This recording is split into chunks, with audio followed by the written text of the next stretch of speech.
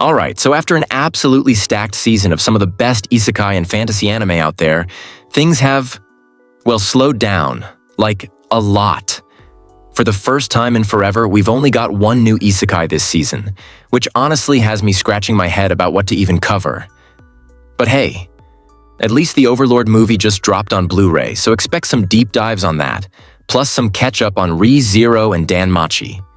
Now let's kick things off with the sequels for spring 2025. First up, Fire Force Season 3. This one's a two-parter, with the first half airing now and the second half coming January next year.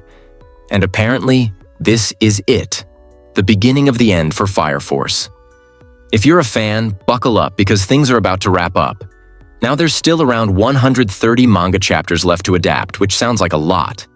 But they covered 175 in the first 50 episodes, so it's doable. Plus, this is the climax. Tons of fights, action, and way less downtime. And with David Productions still at the helm? Yeah, this finale's gonna hit hard. Next, Slime 300 Season 2 is back, 4 years after the first season. And honestly, that feels wrong. I could have sworn this show came out like 2 years ago max. Guess it got lost in the COVID-era shuffle.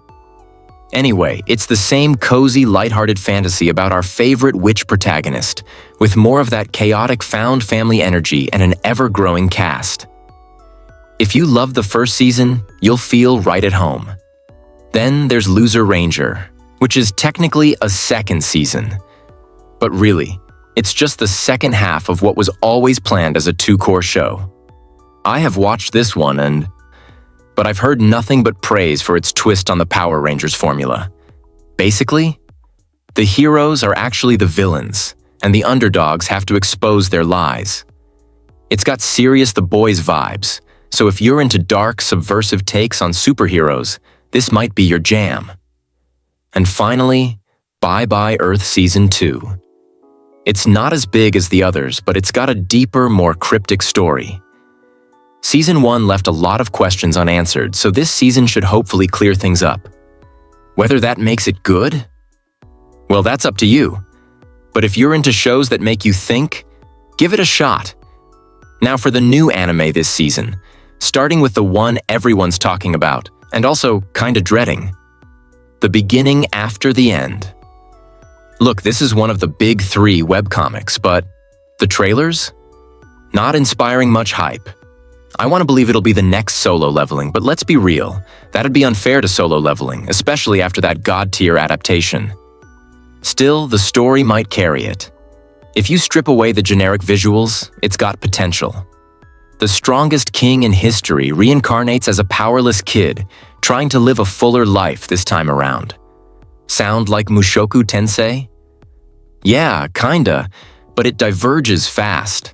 Where Mushoku is slow and introspective, this is a straight-up power fantasy. Just a really well-written one. So, temper expectations, but give it a shot. There's a reason it's so popular. Now, the only new isekai this season is I'm the evil lord of an intergalactic empire, and it's wildly unique. Imagine your typical isekai protagonist. But he's reborn as the villain in a Gundam-style empire. Or, better yet, picture him replacing Palpatine in Star Wars. Add mechs, scheming, and intergalactic conquest, and you've got this show. It's got that Overlord vibe, but in space. And honestly, I'm hyped. Also catching my eye. From old country bumpkin to master swordsman, a retired sword instructor gets dragged back to train the kingdom's elite knights. Except they're already legends. So why do they need him? It's a power fantasy with a twist, and if the fights deliver, it could be a blast. Quickfire round for the rest. Sword of the Demon Hunters. A time-traveling demon hunter's existential journey. Think Demon Slayer meets Vagabond. The brilliant healer's new life in the shadows. Eminence in shadow, but with a healer. Underground clinic, shady dealings, you get the idea. Once upon a witch's death, a girl with 1 year to live must collect 1,000 tears of joy to become immortal. Violet Evergarden vibes, but darker. Compass 2.0. If you're into high-energy anime with a slick aesthetic, sharp character designs, and fast-paced tactical battles, Compass 2.0 is something you should absolutely check out.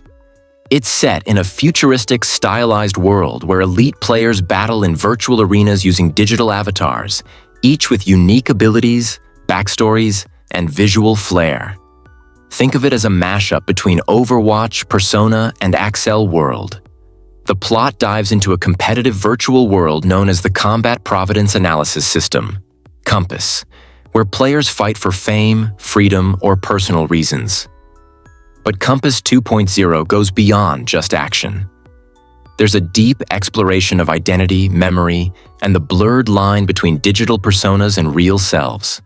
And that's a wrap for Spring 2025. Honestly, it's a weird season. Kinda quiet, but with some hidden gems if you know where to look. Let me know in the comments which shows you're hyped for, or if there's something I missed that deserves attention. Oh, and if you enjoyed this rundown, don't forget to like and subscribe for more anime breakdowns. It really helps the channel out. I'll be dropping videos on Overlord, Re:Zero, One Piece, and Danmachi soon, so stay tuned for those. Alright, I'm out. Catch you in the next one. Peace.